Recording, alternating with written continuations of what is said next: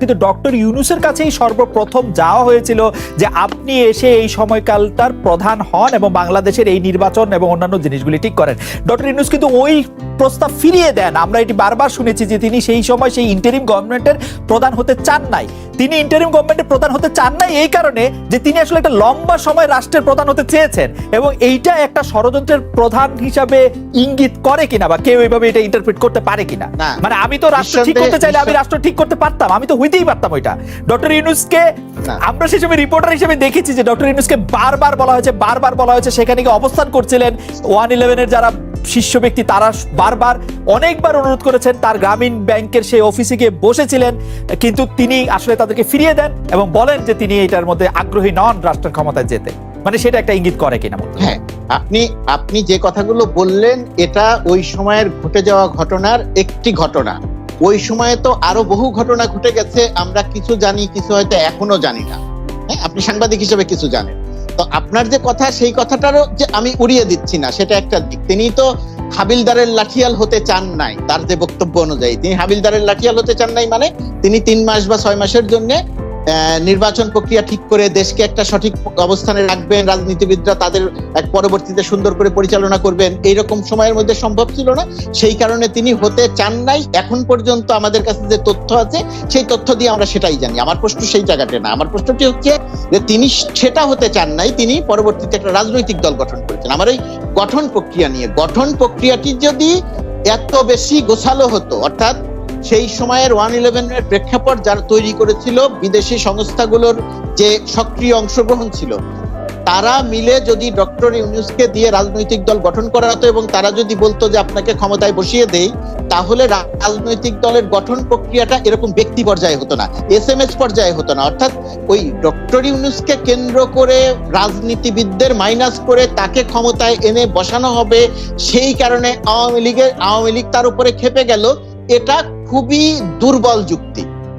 আমি ডক্টর ইউনূসের সেই সময়ের কার্যক্রমকে আমি বলছি, আমি ডক্টর ইউনূসের সেই সময়ের কার্যক্রমকে সমর্থন করছি না, বিশেষ করে তার রাজনৈতিক দল গঠন এবং ওই প্রক্রিয়াটি।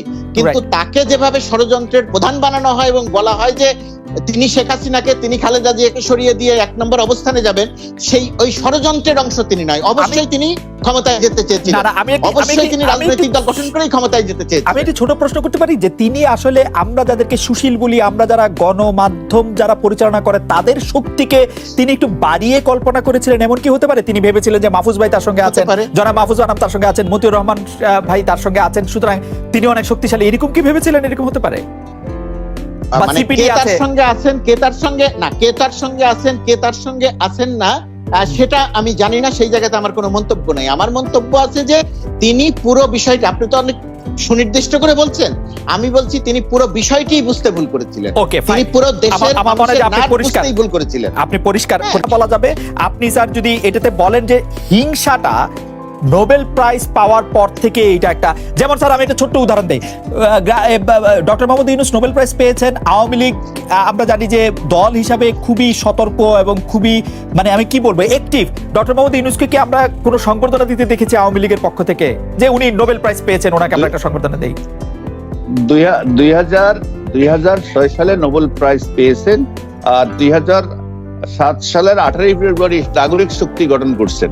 এই সময়ের মধ্যে দেখান তো কোন রকমের মানে এরকম একটা কোন ইউনূসের বিরুদ্ধে এখন যেগুলা বলা হচ্ছে, বলছেন আপনি, এগুলোর কোনো একটা প্রমাণ আছে কিনা?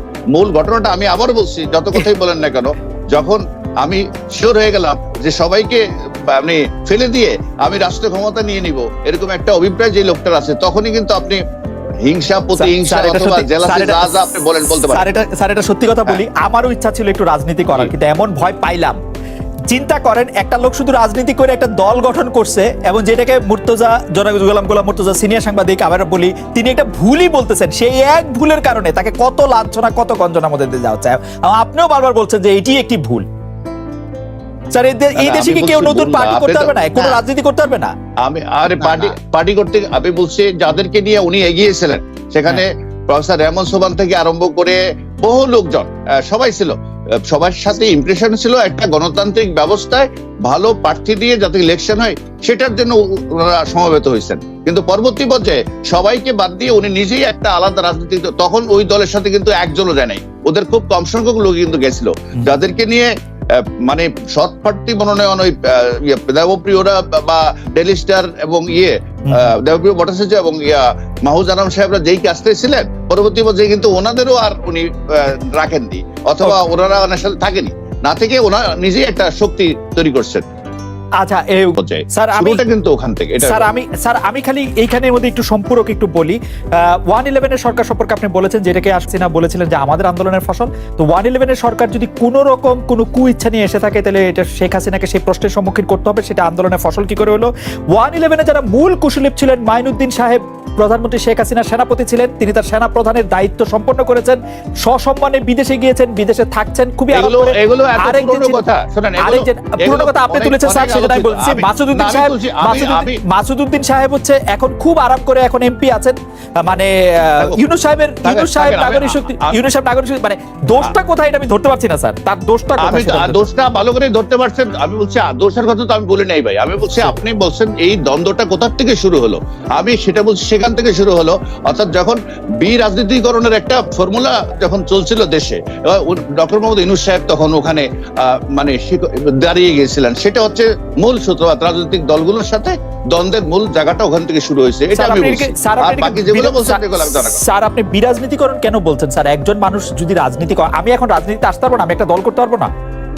আমি বলছিলাম যে ওই সরকারটা তখন বিরাজনীতিকরণের দিকে, ওনাকে বলে নেই আমি বলছি ওই সরকার, সেই মাইনুদ্দিন ফখরুদ্দিনের সরকার, মাইনুদ্দিন কোথা থেকে আসছে, ফখরুদ্দিন, সেগুলো নিয়ে বহুত আলোচিত ঘটনা, ওয়ার্ল্ড ব্যাংক থেকে চাকরি করার লোকজন কিভাবে আসে ইউনো, সেটার পরেও আমি বলছি সেটার যখন ওই সরকারটা রাজনীতিটাকে বিরাজনীতিকরণ, রাজনীতি থেকে দূরে দিতে যাচ্ছিল, তখন ইউনূস সাহেবকে দাঁড় করানো হয়েছিল এই নতুন রাজনৈতিক শক্তি হিসেবে, অর্থাৎ খালি মাঠে, একটা ফাঁকা মাঠে ওনাকে দিয়ে কিছু একটা করবেন, সেটা ছিল ওই পরাশক্তি বা অন্য যারা মানে এইটাকে এই ব্যাপারটাকে সমর্থন করতো, তাদের একটা চেষ্টা।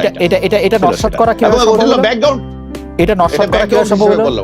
নস্যাৎ করা কিভাবে সম্ভব হলো, মানে এটা কেমনে মানে সফল হয় না কেন? মানে আমরা তো জানি যে ইউনূস সাহেব নিজেই ফিরে আসলেন, ইউনূস সাহেব করতে চাইলেন না। এটা নিজেই নস্যাৎ হয়ে গেছে, কারণ এসএমএস এর মাধ্যমে ওনার ভাইকে দিয়ে দল গঠন করে, যে দল রাজনৈতিক দল এসএমএস করে, তারপরে সমর্থন জানিয়ে যে দল মানে সোশ্যাল মিডিয়া ব্যবহার করে, এইটা বাংলাদেশে হালে পারি পায় নাই। এটা স্বাভাবিক, এটা বলা হয় এটা ইট ওয়াজ এ স্টিল বর্ন বেবি, অর্থাৎ যেই বাচ্চা মায়ের পেটেই মরে গেছে, সেরকম একটা বাচ্চা মরে গেছে, ন্যাচারালি মরছে, কেউ মারেনি এটাকে। তার মানে হচ্ছে স্টিল বর্ন বেবি। তার মানে হচ্ছে যে উনি ট্রাই করেছিলেন, ট্রাই করে দেখলেন যে জনগণ যেহেতু তার সাথে তার মতো করে আসছে না, তিনি আবার ফেরত গেলেন।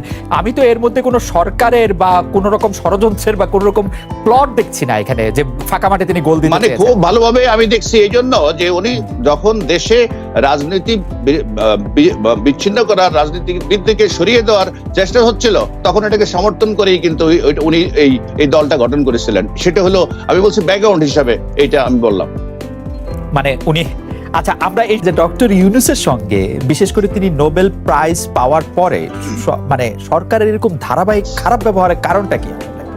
মানে একটা হতে পারে যে যেসব অভিযোগ তার বিরুদ্ধে করা হয়, যে তিনি দেশ দখল করতে চেয়েছেন, তিনি আসলে দেশের বিরুদ্ধে ষড়যন্ত্র করেন, তিনি কর ফাঁকি দিতে চান, তিনি রাজনীতি করতে চান, তিনি পদ্মা সেতু বন্ধ করে দিয়েছেন, কিন্তু এর একটা অভিযোগও কিন্তু আসলে প্রমাণিত না বা প্রমাণ করা যায় নাই। আমরা এমনিতে যদি জানতে চাই যে তার বিরুদ্ধে এত যে কঠিন বা খারাপ রকমের ব্যবহার, তার আসলে কারণ কি? যেমন আমি যদি বলি যে পদ্মা সেতু উদ্বোধন হবে, প্রধানমন্ত্রী শেখ হাসিনা তার ভাষণে বলছেন যে ডক্টর ইউনূসকে টুপ করে সেখান থেকে চুবিয়ে আনা দরকার। মানে একজন নোবেল বিজয়ী বাংলাদেশে, মানে আসলে তার অপরাধ থেকে আমরা একটু বুঝতে চাই আপনার কাছে, বা আপনি কি মনে করেন ডক্টর মিজানুর রহমান? আচ্ছা, ধন্যবাদ। এটা হয়তো সরকার বা সরকার দলীয় যারা বলছেন তারা হয়তো একভাবে জবাব দেবে, কিন্তু আমি যে ব্যাপারটা দেখি আর কি, ডক্টর মোহাম্মদ ইউনূস একজন খুবই উদ্ভাবনী ক্ষমতা সম্পন্ন ব্যক্তি, এবং গ্রামীণ ফোন বা গ্রামীণ ব্যাংক যেটাকে আমরা বলি, ক্ষুদ্র ঋণ এবং পরে সামাজিক ব্যবসায়, এগুলো নিয়ে ওনার যে কর্মকাণ্ড সেটা বিশ্বব্যাপী সমাদৃত, এবং এটা নিয়ে উনি অনেক ধরনের পুরস্কারও পেয়েছেন। বিশেষ করে নোবেল পুরস্কার তো সর্বোচ্চ পুরস্কার, সেটা তো স্বীকার করতে হবে যে উনি তার অবদানের জন্য স্বীকৃতি স্বরূপ সেটা পেয়েছেন। কিন্তু আমার মনে হয় এই নোবেল পুরস্কার অথবা নোবেলের সাথে অন্যান্য যে পুরস্কার, এই বিষয়গুলোর যে বেশি গুরুত্বপূর্ণ যেটা আর কি, সেটা হচ্ছে আমাদের রাজনৈতিক একটা সম্পৃক্ততা। সেটা হচ্ছে 111 যেমন আমাদের রাজনীতিতে কতগুলো টার্নিং পয়েন্টের কথা বলি, যে একটা হচ্ছে 15ই আগস্ট বা 21শে আগস্টের গ্রেনেড হামলা, আর আরেকটা বড় ঘটনা হচ্ছে আমাদের রাজনীতিতে, বাংলাদেশের সার্বিক রাজনীতিতে 111। 111 যে প্রেক্ষাপটটা যদি আপনি দেখেন, 111 কিভাবে হলো, এইটা যদি আপনি বিশ্লেষণ করতে যান, তো এর আগে পরে যে ঘটনাগুলো আছে সেগুলো যদি দেখেন, তখন দেখা যাবে যে একটা ধারাবাহিকভাবে ঘটনাটা বলি, সেটা হচ্ছে 20শে মার্চ 2007 শর্ট প্রার্থীর মনোনয়ন উদ্দেশ্যে শেরাটন হোটেলে প্রথম সভা হয়, এবং এতে প্রথম আলো, ডেইলি স্টার থেকে আরম্ভ করে অনেক সুধীজন বাংলাদেশের, এবং ইনক্লুডিং এগুলোতে প্রফেসর